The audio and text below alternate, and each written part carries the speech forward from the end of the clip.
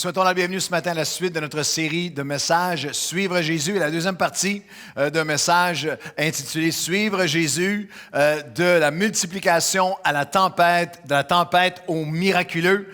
Bienvenue à vous ici à Nouvelle Vie à Longueuil et bienvenue aussi à tous ceux qui nous suivent par Internet, à ceux qui suivent sur les différentes plateformes, sur les médias sociaux, bien sûr sur Facebook Live en ce moment, sur notre page Facebook et aussi sur notre chaîne YouTube.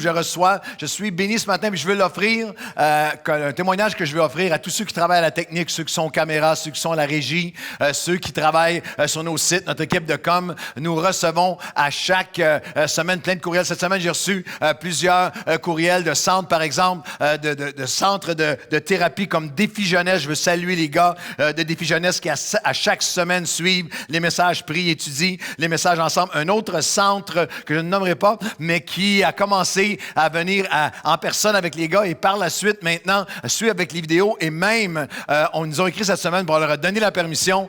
Ils ont des portes ouvertes dans les écoles et ils veulent aller dans les écoles avec un des vidéos témoignages un dimanche matin ici de Nouvelle Vie. Et cette semaine, j'ai reçu un courriel d'un animateur pastoral catholique, mais aussi d'un aumônier que j'aimerais vous lire ce matin. Je veux l'offrir à tous ceux qui servent dans l'équipe de communication. Lettre d'un aumônier avec une invitation assez extraordinaire. Moi, j'en reçois plusieurs invitations, mais celle-là, elle est très spéciale.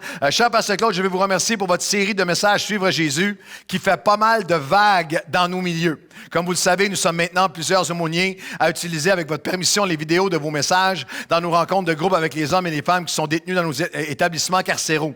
Je vous ai écrit à quelques reprises pour vous faire part d'à quel point votre ministère et vos homélies, je fais des homélies les dimanches matins, ont un grand impact. C'est émouvant de voir à chaud, en direct, ces hommes et ces femmes complètement irreligieux être bouleversés, souvent jusqu'aux larmes en vous écoutant. Nous voyons des progrès et cheminements d'introspection, de prise de conscience, de responsabilisation et même de processus de réparation suite à nos discussions et partages centrés sur l'Évangile de Christ tel que vous le présentez. C'est assez fascinant et édifiant. Eh bien, suite à la démarche de quelques-uns d'entre nous, nos supérieurs ont accepté de présenter vos vidéos lors d'un colloque rassemblant plus de 200 aumôniers, prêtres et agents pastoraux afin de proposer d'utiliser vos messages dans nos institutions, églises, je ne sais pas comment ils vont faire ça, institutions, églises, centres correctionnels, CHSLD et hôpitaux partout sur notre territoire. L'archevêché a accepté notre requête de vous contacter afin de voir s'il serait possible pour vous d'être notre conférencier invité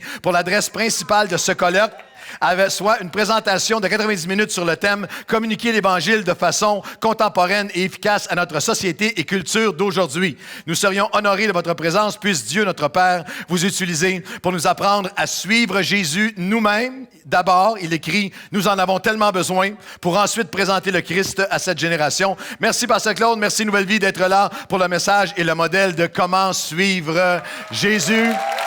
On va applaudir le message de l'Évangile. Merci à toute l'équipe technique. Nous vivons des jours excitants où nous suivons Jésus ensemble et dans une séquence en ce moment, ce message « Comment suivre Jésus » de la multiplication, les saisons où les choses vont bien, où sont bénédictions, avec un élan dans nos vies, dans une tempête et comment sortir de la tempête et aller sur le chemin du miraculeux.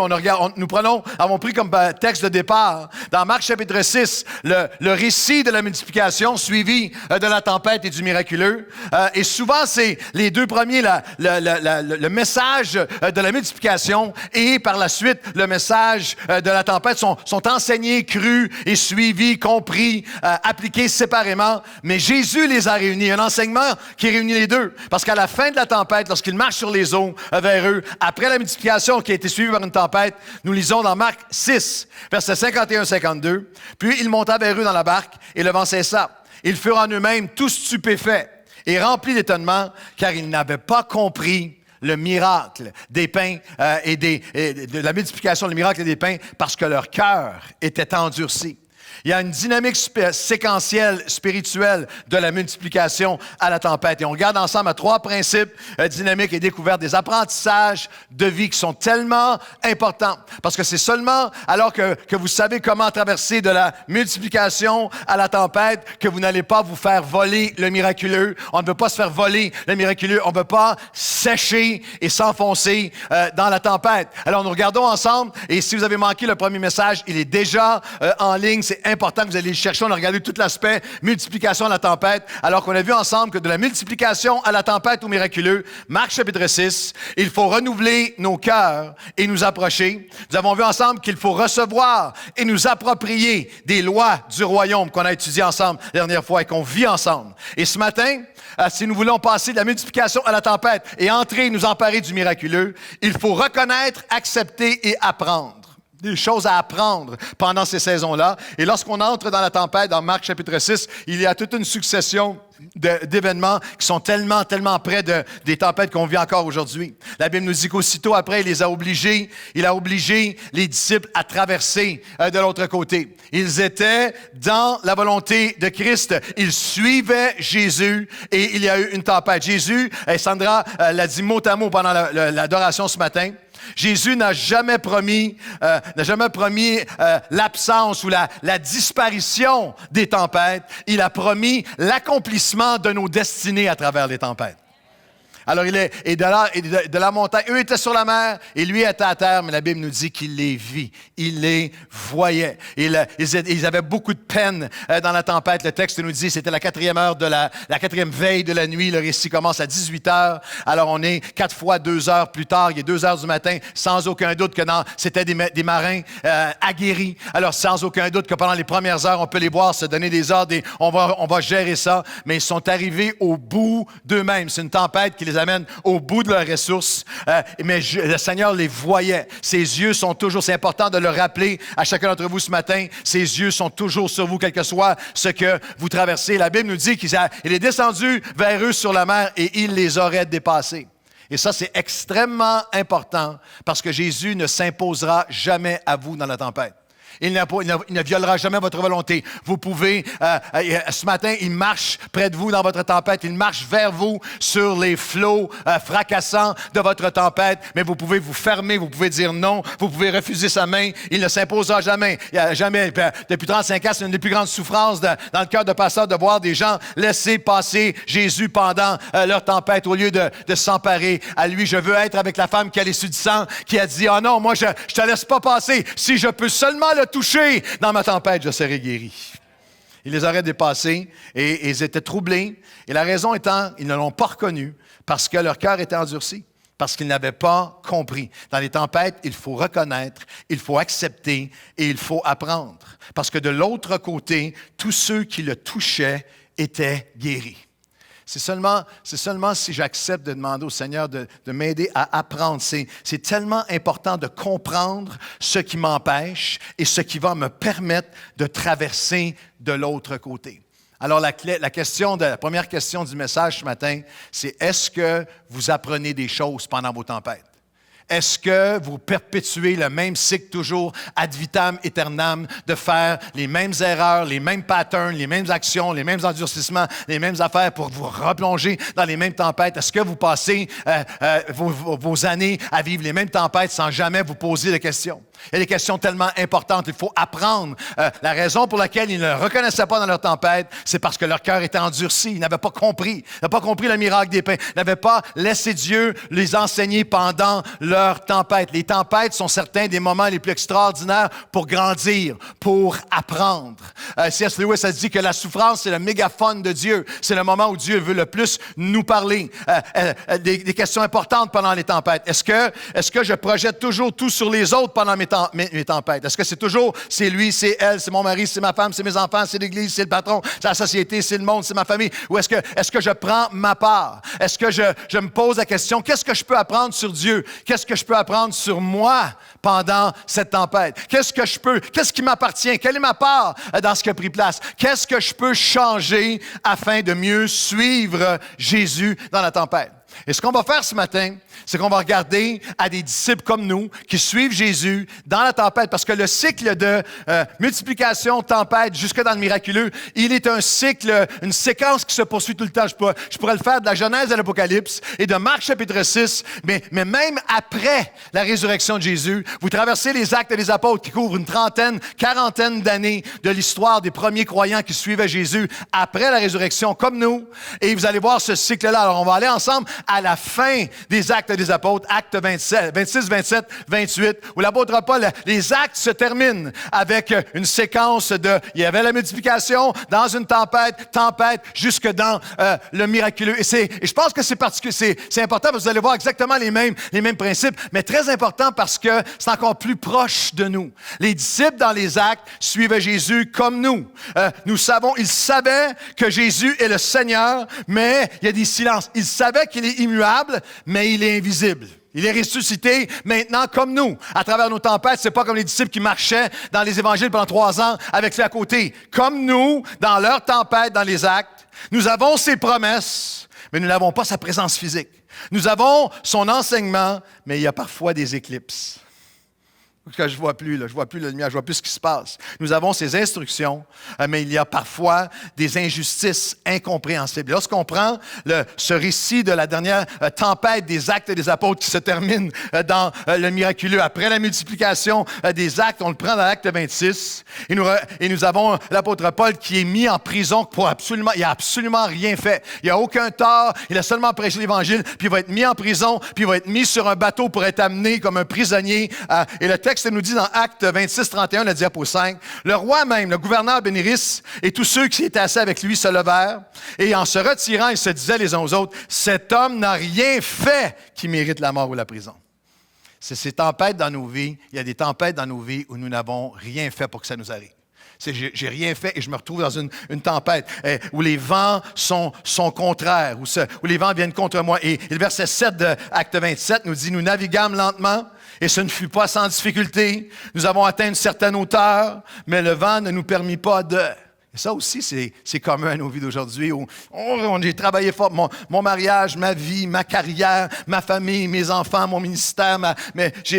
On avançait lentement, non sans difficulté. Bon, c'est comme au moment où on pensait qu'on était arrivé. On est arrivé à une certaine hauteur, mais tout à coup, il y a des vents qui ne nous permettent pas d'en faire face à un combat. Il y a des gens qui sont là-dedans en plein ce matin. C'est un temps assez long. Le texte nous dit au verset 9 de Acte 27, un temps assez long s'était écoulé. Ça, c'est les moments d'impatience dans nos tempêtes. Ça fait trop longtemps que je suis là-dedans. Comment ça se fait que je suis encore là-dedans? Ça devrait être fini à ce moment-ci. Un temps assez long s'était écoulé et la navigation était, verset 9, dangereuse. L'apôtre Paul suit le Seigneur Jésus passionnément, radicalement, de tout son cœur. Il avait connu des saisons de multiplication extraordinaire dans des tempêtes, sortant de la tempête avec encore plus de multiplication. Mais là, il se retrouve dans une tempête qui est dangereuse. Je veux dire à des chrétiens même qui sont là de longue date, il y a des tempêtes qui sont... Nos tempêtes peuvent nous développer, ils peuvent nous définir, ils peuvent nous permettre de devenir des hommes et des femmes qui découvrent nos destinées, mais nos tempêtes peuvent aussi nous diminuer et les tempêtes peuvent être dangereuses pour votre âme. Peuvent être dangereuses pour votre marche avec Dieu, pour votre mariage, pour votre vie, pour vos engagements. Je dirais de cette façon, j'espère que cette phrase-là va rester pour vous. Le dénouement de vos tempêtes, le dénouement ou le développement dépend de mes décisions. Qu'est-ce que je vais décider dans ma tempête va déterminer le dénouement de ma tempête. Est-ce que ça va être une tempête de destinée ou une tempête dangereuse? Et l'apôtre Paul est dans un endroit où c'est une tempête et elle est dangereuse pour lui et pour les gens autour de lui. Et il cherche à avertir, et ça aussi, ça nous arrive. Il va avertir les gens. Il essaie d'avertir ceux qui étaient près de lui. Et chez plusieurs d'entre nous vivons ces moments où il y a une tempête qui est dans la vie de quelqu'un qu'on aime, puis on essaie de les avertir. Combien d'entre vous avez déjà essayé d'avertir quelqu'un que vous aimez que le bateau dans lequel il s'embarque est dangereux? C'est ce que l'apôtre Paul a fait ici. Le texte nous dit, on poursuit dans notre texte. Le texte dit, c'est toujours au chapitre 27, versets 10 et 11. C'est pourquoi Paul avertit les autres, leur dit aux hommes, je vois que cette navigation ne se fera pas sans péril et sans beaucoup de dommages, non seulement pour la cargaison, pour le navire, mais encore pour nos personnes. Mais le centenier écouta le pilote et le patron du navire plutôt que les paroles de Paul. C'est des tempêtes terribles dans nos vies, de frustration et d'impuissance, lorsque les personnes qu'on aime refusent de nous écouter et s'en vont dans la tempête qui nous affecte aussi. Nos parents, nos enfants, nos amis, des frères, des gens de l'Église qu'on essaie d'aider. Et attention, il y a des vents qui semblent légers dans nos vies, qu'on a pris à la légère, mais qui peuvent se transformer, pour celui qui n'a pas le cœur alerte, en tempête terrible. Un léger vent, le verset 13 à 15, un léger vent du sud vient souffler, et se croyant, ça me fait rire, et se croyant maître de leur dessein. Voulez-vous dire à quelqu'un près de vous, tu n'es pas maître de grand-chose. Voulez-vous dire à quelqu'un, dites à quelqu'un près de vous, tu n'es pas maître de tout. Comme d'entre vous, à mesure que vous avancez dans la vie, tu réalises que tu penses que tu tiens bien les affaires. Il n'y a pas grand-chose qui tient dans mes mains, mais j'ai l'assurance que tout demeure dans ses mains à lui, par exemple. Croyant tenir leur dessein dans leurs mains, très drôle. Ils levèrent l'ancre et côtoyèrent des îles près de Crète, mais bientôt, c'est justement léger, puis c'est devenu un Neuraquillon, qui était une tempête de fou qui se déchaîna. Le navire fut entraîné sans pouvoir lutter contre le vent, et nous laissâmes aller à la dérive. Alors la question est, avez-vous sous-estimé certains vents légers qui ont commencé dans votre vie, des vents de négligence, des vents de mensonges, des vents d'immoralité, des vents d'amertume, des vents d'incrédulité? Êtes-vous en ce moment dans un moment à cause d'une tempête où vous êtes en train de vous laisser aller à une certaine dérive? Une dérive dans votre foi, une dérive dans vos convictions, une dérive dans votre témoignage, une dérive dans vos paroles, une dérive dans vos pensées, une dérive dans votre engagement envers Dieu. Avez-vous déjà vécu une tempête où vous avez le sentiment que vous avez complètement perdu le contrôle? Je ne contrôle plus rien. C'était ce type de tempête dans lequel ils étaient. Acte 27, 16, 17, nous passâmes en dessous d'une petite île nommée Clauda et nous eûmes de la peine à nous rendre même maîtres de la chaloupe. Avez-vous déjà été dans ces moments? Ça représente les tempêtes, ces tempêtes de nos vies où je ne suis même plus maître de ce qui pourtant me semblait tellement en dessous de mes aspirations, mes standards. On a déjà perdu le navire, il reste juste la chaloupe, puis on n'est même pas capable de maîtriser la chaloupe. Nous sommes dans une saison où j'ai plus aucun contrôle. Il l'a dit de cette façon, c'est quasiment comme la fin d'une tragédie, et c'est ainsi qu'on se laissa emporter par le vent. Comme si tout est terminé, tout est fini. Mais dans ce moment-là, on va regarder ensemble ce matin, la parole de Dieu nous dit, ils n'avaient pas compris. Ils avaient le cœur endurci, ils ne l'ont pas reconnu dans les tempêtes parce qu'ils n'avaient pas compris. Il faut apprendre, il faut connaître, il faut apprendre, reconnaître, accepter et apprendre certains principes lorsque tout semble terminé, lorsque tout semble perdu, lorsque tout semble, c'est ainsi qu'on se laissa emporter par l'Évangile. Alors qu'ils se croyaient complètement perdus et hors de contrôle, la main de Dieu était encore à l'œuvre. Et voici, de la tempête au miraculeux, il faut reconnaître, accepter et apprendre, la première pensée, que la révélation est plus importante que les raisons. On va lire ensemble notre texte qui apparaît à l'écran, Acte 27 et le verset 18. Comme nous étions violemment battus par la tempête, comme les disciples dans Marc 6. Et on jeta à la mer la cargaison. Mais le troisième jour, nous y lançâmes nos propres mains, les agrès du navire. Le soleil et les étoiles ne parurent pas pendant plusieurs jours. La tempête était si forte qu'on a même perdu enfin toute espérance d'être sauvé. On ne peut pas sortir de celle-là. Mon mariage ne peut pas être sauvé. Mes enfants ne peuvent pas revenir. Je ne peux pas me relever de cet échec. Je ne peux pas me sortir de cette peine. On n'avait pas mangé depuis longtemps comme les disciples qui n'avaient même pas eu le temps de se nourrir dans leur tempête. Alors Paul, se tenant au milieu d'eux, dit « Ô homme, il fallait m'écouter de ne pas partir de Crète afin d'éviter ce péril, ce dommage. Maintenant, je vous exhorte à prendre courage, car aucun de vous ne périra. Il n'y aura pas de perte il y aura seulement la perte que celle du navire. Un ange du Dieu à qui j'appartiens, un messager du Dieu à qui j'appartiens et que je sers, m'est apparu cette nuit. Et il m'a dit, Paul, ne crains pas. Il faut que tu comparaisses, il faut que tu ailles à Rome, il faut que tu comparaisses devant César. Et voici, Dieu t'a donné tous ceux qui naviguent avec toi. C'est pourquoi, ô homme, rassurez-vous, car j'ai cette confiance en Dieu qu'il en sera fait comme il m'a été dit. Mais nous devons échouer sur une île. La révélation est plus importante que les raisons. Violemment battus par la tempête, on jeta la cargaison à la mer. Et une des bonnes choses des tempêtes, c'est que souvent, c'est dans les tempêtes qu'on se met à acheter des choses inutiles. Il faut que tu relâches certaines affaires. Dites à la personne à côté de vous, tu as trop de bagages. Dites ça à la personne, tu as trop de bagages. Tu as trop de bagages. Bagages de souvenirs, bagages de regrets, bagages de remords, bagages d'attente, bagages d'échéancier. Je pensais que. Laisse aller la cargaison pour traverser la tempête. Et violemment, il n'y avait pas de lumière pendant plusieurs jours. On a vécu ça. On n'avait pas mangé depuis longtemps. On a vécu ça. Paul, et ça me fait sourire parce que j'aime tellement l'humanité de ceux qui suivent Jésus dans les actes. Paul était très humain parce qu'il n'a pas été capable de s'empêcher de dire, vous auriez dû m'écouter. Il n'a pas été capable de s'empêcher de dire, je vous l'avais dit, vous auriez dû m'écouter, mais merci Seigneur, parce que tant qu'on est dans une tempête, on n'aime pas tellement, ça ne fait pas trop de bien d'avoir le frère ou la sœur, tu aurais dû m'écouter. D'avoir les parents, tu aurais dû m'écouter. D'avoir les gens autour de moi, tu aurais dû m'écouter. L'apôtre Paul, ne s'arrête pas là. Il ne dit pas seulement, vous auriez dû m'écouter, mais il dit, courage, courage, le Dieu à qui j'appartiens m'a fait une promesse. Il fallait que, dites avec moi à voix haute, il fallait que. Il fallait que, mais j'ai une promesse et j'ai confiance qu'il va m'être faite selon la promesse. Je m'en vais à Rome, j'ai un appel, et il fallait que, mais Dieu, j'ai une promesse. En l'autre mot, l'apôtre Paul dit, vous êtes dans le trouble, mais parce que je suis là, parce que je suis à bord, il y a une main de Dieu qui conduit les choses. Dites à la personne près de vous, t'es chanceux que je sois assis à côté de toi. Dites à la personne. Il y a plusieurs années, j'étais à l'aéroport en route pour prendre un avion pour l'Ouest canadien. Puis un jeune homme, un jeune chrétien, un cinéaste chrétien qu'on aime ici, qu'on connaît bien, Guillaume, est arrivé. J'étais là dans mes pensées. « Hey, allô, Pasteur Claude! Aïe, on est sur le même avion, Vancouver, c'est malade! » et tout ça. Puis, ah oui, c'est le fun, Guillaume. Et finalement, on entre dans l'avion, puis moi, j'étais assis plus en avant que lui, il était assis en arrière. Et c'est le jour, la semaine vers Vancouver. Fait que c'est super, c'est beaucoup du monde, des gens d'affaires, puis tout ça. Moi, je me sens en avant, tranquille. D'un coup, une voix en arrière. Guillaume écrit dans l'avion. Un instant, mesdames et messieurs, j'ai une annonce à vous faire. Il n'y a aucun problème, aucun danger dans cet avion. Il y a un homme de Dieu dans cet avion. Cet avion ne peut pas tomber par ça, Claude, ou dedans.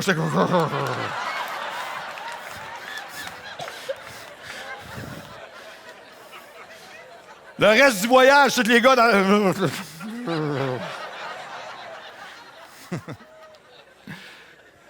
L'apôtre Paul dit, la révélation que ce que Dieu a promis, qu'il fallait que le Dieu fidèle, que le Dieu à qui j'appartiens a encore un plan, est plus important que les raisons. Moi, nous aimons savoir les raisons. Une des choses les plus difficiles pour nous, c'est lorsqu'on traverse des tempêtes, il faut blâmer quelqu'un, il faut trouver une raison. C'est quoi la raison? C'est qui? C'est les raisons. L'apôtre Paul, c'est difficile parfois. Moi, je me sens toujours plus fort, je me sens toujours plus apte dans mes tempêtes si je pense que je comprends la raison. C'est lorsque tu ne sais pas la raison. Et on voit pour l'apôtre Paul que Paul, il y a cet échange, cette dualité. Il a de la foi. Il faut il en sera fait comme, mais il y a aussi la frustration. Vous auriez dû m'écouter. Est-ce que vous me suivez? Il y a un moment dans nos vies chrétiennes où on a besoin de s'arrêter, de dire, Seigneur, la révélation est plus importante. Dans nos tempêtes, nous avons plus besoin de la révélation de Dieu, que le Seigneur à qui j'appartiens a sa main sur moi et que je dois comparaître devant, je m'en vais à Rome et rien ne va m'en empêcher. Je vais m'échouer sur cette île de Crète, mais Dieu a un plan pour moi. Il y a des moments où j'aurais le goût de vous dire de cette façon la plus simple possible. J'en suis arrivé dans ma foi. Dans la vie chrétienne, je suis arrivé à ma foi que je sais que même les erreurs des autres, même les erreurs que j'ai pu faire, les erreurs des autres, Dieu est capable de les utiliser pour sa volonté dans ma vie. Je ne veux pas m'enliser et mourir dans essayer de trouver les raisons. Lâche la cargaison du pourquoi. Lâche la cargaison du pourquoi et reviens ce matin à la révélation de « Il m'a dit qu'il est fidèle, il ne m'abandonnera pas. Le Dieu à qui j'appartiens va mettre sa main sur moi et si je me retrouve sur l'île de Crète, il va faire une œuvre dans ma vie. » Quelqu'un devrait dire oui. Je suis arrivé à cette place dans ma vie. Si nous restons prisonniers de la raison, des raisons du pourquoi, nous allons manquer la révélation. J'ai cette confiance dans ce Dieu à qui j'appartiens. Je vais même aller un pas plus loin. Non seulement est-ce que Dieu peut utiliser même mes erreurs, les erreurs des autres et toutes nos imperfections pour accomplir ses plans. Je le dirais de cette façon, qu'il y a bien des fois où Dieu permet des situations afin de se révéler encore plus. C'est difficile pour nous parfois de lire les textes, mais vous vous souvenez du moment où Jésus arrive et Lazare, notre frère Lazare, ton ami Lazare, est malade et continue son chemin. Et finalement, on lui annonce Lazare est mort et il dit, je me réjouis que ça prenne place parce que je vais vous révéler. Il l'avait connu comme seulement le Jésus de la guérison. Maintenant, vous allez le connaître comme le Jésus de la résurrection. En d'autres mots, il y a certaines calamités, certaines tempêtes qui deviennent les opportunités de Dieu pour se révéler encore plus dans toute sa gloire. Dans ma vie, je n'ai pas besoin de plus de raisons et de pourquoi. J'ai besoin de renouveler la révélation qu'il a sa main sur ma vie et me dirige. Et on va passer à travers ensemble. Est-ce que vous pouvez dire Amen? Et voici ce qu'il faut. Il faut reconnaître, accepter et apprendre que la révélation est plus importante que les raisons et que Malte, l'île de Malte, peut devenir le lieu du miraculeux. Chapitre Acte 28, 1. Alors, après nous être sauvés, on était sauvés, il y a un naufrage sur l'île de Malte. Nous reconnûmes que l'île s'appelait Malte. Les barbares nous témoignèrent une bienveillance peu commune. Ils nous recueillirent tous auprès d'un grand feu qu'ils avaient allumé parce que la pluie tombait et qu'il faisait froid. Se retrouve sur l'île de Malte. La deuxième chose qu'il faut reconnaître, accepter et apprendre, c'est que l'île de Malte peut devenir le lieu du miraculeux. Récapitulez un petit peu, là. L'apôtre Paul est un innocent, il n'a rien fait de mal, il a juste prêché l'Évangile, il est mis en prison injustement, accusé injustement, mis sur le bateau injustement. Il est là à cause de la stupidité de ceux qui ont refusé d'écouter. Non, on n'y va pas, ça va être dangereux. Non, on va écouter le capitaine au lieu de toi. Et il se retrouve sur l'île de Malte, dans cet endroit de misère. Et Malte, ça représente l'inconnu. Ça représente. La Bible nous dit la raison pour laquelle ils appelaient les barbares, c'est qu'ils parlaient un langage qu'ils ne comprenaient pas. Malte, c'est les endroits dans nos vies qui sont maintenant inconnus. C'est les saisons de nos vies où je ne comprends pas ce qui m'arrive. Je ne sais pas quoi dire. Je ne comprends pas ce qui se passe. Je ne suis pas capable d'interpréter les événements autour de moi. Il pleut, il fait froid. On est sur l'île. Ils viennent de survivre. Je suis le grand apôtre Paul. J'ai une vision. Je m'en vais à Rome prêcher dans les Colisées devant César. Qu'est-ce que je fais sur la minuscule Malte? Qu'est-ce que je fais sur cette île primitive? Malte, c'est ces endroits dans ta vie que tu dis, c'est l'inconnu qui me fait peur. Je ne pensais pas que ceci m'arriverait. Je ne pensais jamais me retrouver ici, dans mes relations, dans ma vie. Je ne pensais jamais être encore à ce point-là. Je ne pensais jamais. Ce n'est pas du tout ce que je m'attendais. C'est l'inconnu. Nous avons besoin non seulement de relâcher les raisons. Pourquoi est-ce que, et nous emparer de la révélation, nous avons besoin de croire ensemble ce matin que Malte peut devenir le lieu du miraculeux, que Dieu prend les Maltes et les utilise dans nos vies pour le miraculeux. Avez-vous déjà été en route vers Rome, puis vous vous êtes retrouvé à Malte? En route vers Rome, ça va être ça dans ma carrière, ça va être ça dans mon travail, ça va être ça dans mon mariage, ça va être ça avec mes enfants, ça va être ça dans ma vie, ça va être ça dans mon ministère, ça va être Rome! Je me retrouve à Malte. Il pleut, il fait froid, on gèle, je comprends rien de ce qui m'arrive.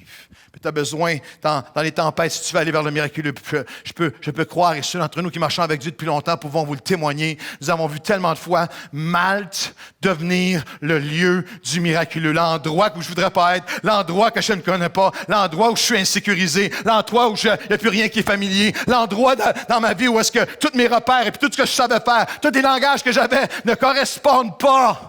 Il n'y a plus rien d'autre que Dieu. Dieu dit à Malte, je veux que le survivant devienne, je vais le rendre encore plus solide. À Malte, tes tempêtes vont devenir tes plus grands témoignages. À Malte, dans l'inconnu et la frayeur, tu vas être instruit dans la foi. À Malte, les bateaux qui ont coulé vont devenir des bénédictions et des conquêtes. Vous devriez commencer à dire Amen. C'est vraiment bon ce bout-là. À Malte, le froid et la pluie deviennent force et paix, formation et progrès. À Malte, il faut que tu comprennes que le serpent annonce le surnaturel. Ah, vous devriez, moi, j'ai travaillé très fort là-dessus. Je m'attendais à un Amen fort que ça. Dites à la personne près de vous, bienvenue à Malte. Dites à la personne près de vous.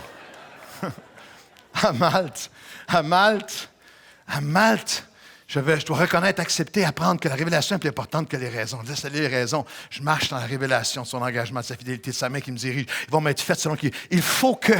Parce que Dieu a ses plans. Il va accomplir. Et à Malte, le miraculeux veut se préparer. Le serpent précède. Je dois reconnaître, accepter et apprendre que le serpent précède le surnaturel. Chapitre 28, verset 3.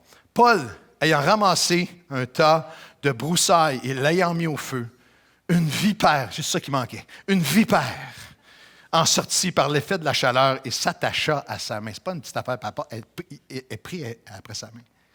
Quand les barbares virent l'animal suspendu à sa main, ça a duré quelques minutes, ils se dirent les uns aux autres, « Assurément, cet homme est un meurtrier, puisque la justice n'a pas voulu le laisser vivre après qu'il a été sauvé de la mer. » Mais Paul secoua l'animal dans le feu et ne ressentit aucun mal.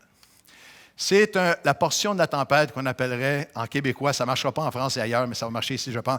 C'est la portion, c'est le bout du bout.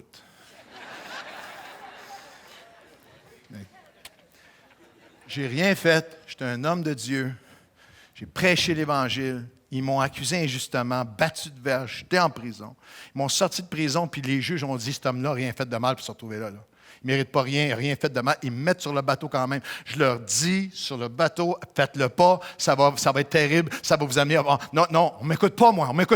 Et là, on se retrouve. Et là, pendant des semaines, être ballotté sur la mer, pendant des semaines, à ne pas être capable de manger, pendant des semaines, à vomir notre vie, pendant des semaines, le bateau, tout jeté, le bateau éclate en morceaux, la chaloupe, on finit sur Malte, il pleut, il mouille en québécois, on gèle, on n'est pas capable, personne de se comprendre, puis là, il y a un feu. L'apôtre Paul pourrait juste être dans un coin à dire, Dieu, c'est quoi qui se passe? Qu'est-ce que je fais ici, sur l'île de Malte?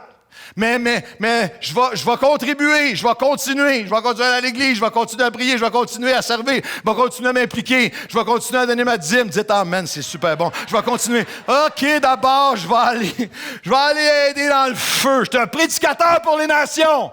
Je suis rendu je vais aller aider dans le feu. Je demande dessous de moi tout ça. Je vais aller aider dans le feu. OK, on va mettre des... All right, on va se chauffer les mains. Je vais aller aider dans le feu. Quoi? Une vipère s'attacha à sa main. Une vipère s'attacha à sa main. Ils ne comprennent pas ce qu'ils disent, mais à leur face, ils voient que c'est un meurtrier, la justice veut l'avoir. Une vipère, c'est le bout du bout.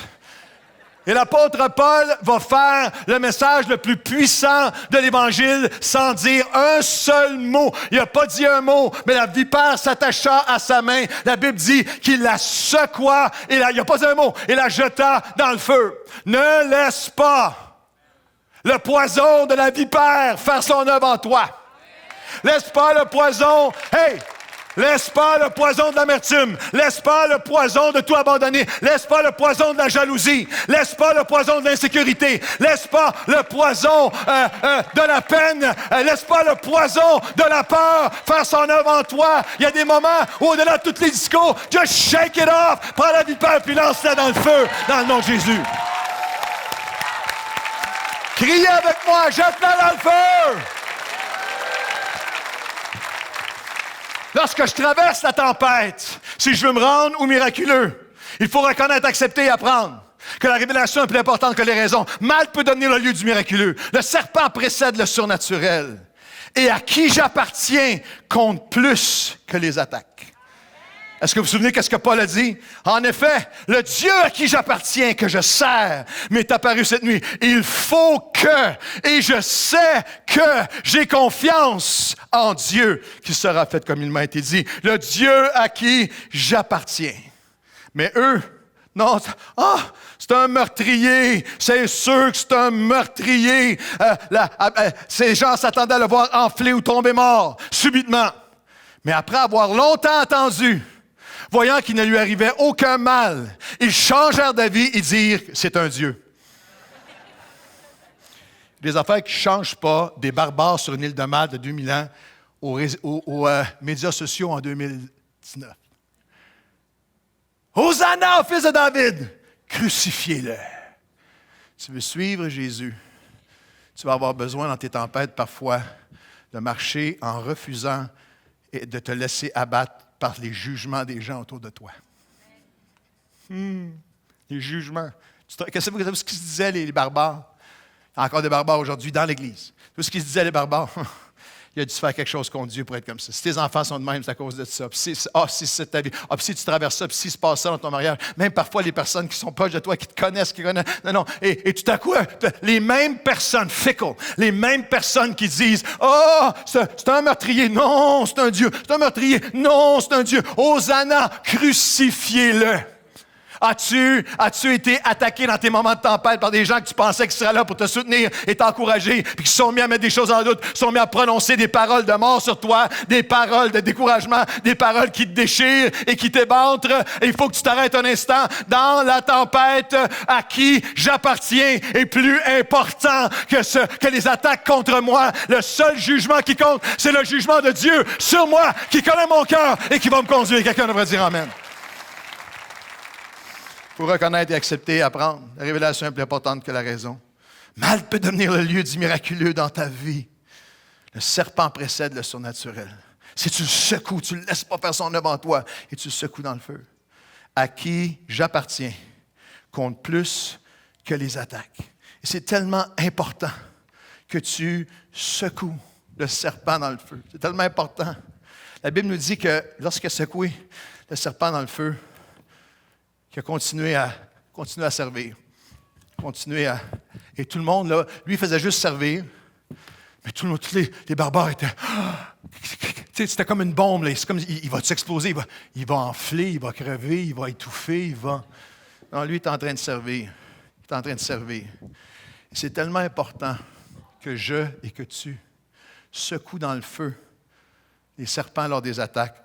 Parce qu'il y a une génération qui a besoin de me voir continuer à servir Dieu fidèlement. Il y a une génération d'hommes et de femmes qui ont besoin de nous voir, nos enfants. Il y a une génération, je parle à tous les chrétiens qui sont ici dans ce que tu traverses. Il y a une génération qui a besoin de voir, je le dis de cette façon aussi, à tous ceux qui écoutent par Internet et aux leaders. En cette génération, à chaque semaine, j'ai une nouvelle d'un leader, le leader qui n'a pas secoué le serpent et qui devient un sujet où tout le monde penche la tête. Seigneur, donne-moi comme vision et objectif de vie, quel que soit ce que je traverse, je secoue le serpent, je continue à servir. Et si quelqu'un a besoin d'un modèle, regarde-moi un instant, moi je vais continuer à servir Dieu. Il faut mais je sais que sa promesse dans ma vie va s'accomplir et que rien ne va m'empêcher. Quelqu'un devrait dire Amen. Je sais que je vous ai fait parler beaucoup à la personne d'un côté, parlez à la personne de l'autre que vous ignorez depuis le début de la réunion. Et dites-lui, je me présente, secoueur de serpent. Dites ça à quelqu'un près de vous.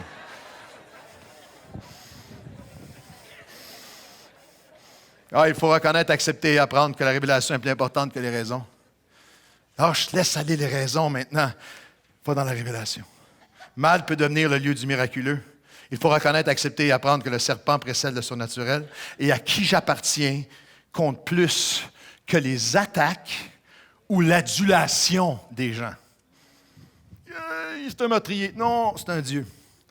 Attaque, adulation, les mêmes personnes peuvent passer d'une affaire à l'autre, d'un tweet à l'autre. C'est entre moi et Dieu. C'est devant Dieu que je vis. C'est devant lui. C'est son approbation à lui que je recherche. Et savez-vous pourquoi c'est tellement important que tu secoues le serpent? C'est tellement important que tu ailles dans la révélation plutôt que les raisons. Que tu saches que mal peut devenir le lieu du miraculeux. Que le serpent précède le surnaturel à qui j'appartiens compte plus que les attaques. Non seulement parce qu'il y a quelqu'un qui te voit vivre. Il y a quelqu'un qui a besoin d'avoir une génération de croyants qui vont secouer le serpent et continuer à servir. Confiants dans leur Dieu. Je termine parce que ce qui me semblait la pire perte, ce qui me semblait comme mes pires pertes, me prépare en fait pour Publius. Publius, c'est un nom magnifique. C'est des mamans qui sont enceintes ici. Je vous propose ce nom-là pour votre fils. C'est un nom magnifique, Publius. Si vous voulez qu'il se fasse battre à l'école, appelez-le Publius. Mais le texte nous dit, il y avait dans les environs, verset 7, tout après, là, ils ont changé d'idée. Changèrent d'avis. C'est un meurtrier. Non, changèrent d'idée. C'est un Dieu. Il y avait dans les environs des terres appartenant au principal personnage de l'île nommé Publius, qui nous reçut et nous logea pendant 3 jours de la manière la plus amicale. Le père de Publius était alors au lit, malade de la fièvre de la dysenterie, la fièvre de Malte, la fièvre mortelle de Malte. Paul, s'étant rendu vers lui, pria, lui imposa les mains et le guérit. Il faut qu'on s'échoue à Malte. Parce que de l'autre côté de cette tempête, il y a le miraculeux. Et de l'autre côté de la tempête, avec Jésus, les disciples, tous ceux qui le touchaient étaient guéris. Mais maintenant, Christ est en eux. Alors qu'il traverse la tempête, l'apôtre Paul se rend vers lui, lui imposa les mains, et il fut guéri. Et là-dessus, ça ne finit pas là. Et là-dessus, vers les autres malades de l'île. Il faut qu'on s'échoue sur l'île de Malte, parce que Dieu a une mission pour nous. On nous rendit de grands honneurs. Et à notre départ, on nous fournit les choses dont nous avions besoin. Nous devons tous passer par Malte. Paul a une décision à prendre. Est-ce que je vais suivre Jésus de façon misérable? Est-ce que je vais être misérable alors que je suis Jésus? Est-ce que je vais suivre Jésus misérable à Malte? Ou est-ce que je vais suivre Jésus dans une mission à Malte? Paul n'avait pas décidé d'aller à Malte, mais il doit décider ce qu'il va faire pendant qu'il est là. Tu n'as pas décidé la tempête dans laquelle tu es. Je n'ai pas décidé les tempêtes que je traverse, mais je peux décider ce que je vais faire pendant que je suis là. Je peux comprendre que des oppositions et des tempêtes, de l'adversité va naître, des opportunités surnaturelles. Et c'est juste une petite parenthèse pendant que je lisais le texte. La Bible nous dit que sur l'île de Malte, ils ont été reçus et logés de la manière la plus amicale. Et même au début, ça dit qu'ils ont reçu une bonté peu commune. Juste à mentionner que, est-ce que dans tes tempêtes, tu reconnais les gens qui veulent t'aider? La bonté des gens vers toi, la générosité des gens vers toi, l'accueil des gens vers toi. Souvent dans les tempêtes, dans notre souffrance, on ne veut même plus voir et reconnaître les gens qui... L'apôtre Paul dit, je suis sur l'île de Malte, mais les gens qui ont été bons vers moi, qui m'ont logiquement accueilli. Puis l'autre pensée était juste une parenthèse, mais l'autre pensée était ceci. Est-ce que tu es devenu quelqu'un, comme chrétien, qui fait preuve de bonté, pas de jugement, de bonté, de bienveillance, qui loge, qui écoute, qui prie, qui soutient sans juger celui qui traverse ou celle qui traverse sa tempête? Parce que l'Église de Jésus-Christ, là, ceux qui suivent Jésus, c'est des gens qui ont reçu bonté de Dieu et de son peuple dans leur tempête et qui ont compris que maintenant mon appel n'est pas lorsque quelqu'un traverse une tempête de tout lui trouver les raisons et les pourquoi et comment ça se fait que, puis qu'est-ce que je pense que, mais d'être là comme une voix, une bonté hors de l'ordinaire, une compassion, un amour les uns pour les autres. Quelqu'un devrait dire oui. Il faut que, j'invite les musiciens à s'approcher, il faut que je reconnaisse et que j'accepte que les pires pertes, on a perdu le bateau, on a perdu, les pires pertes me préparent pour Publius.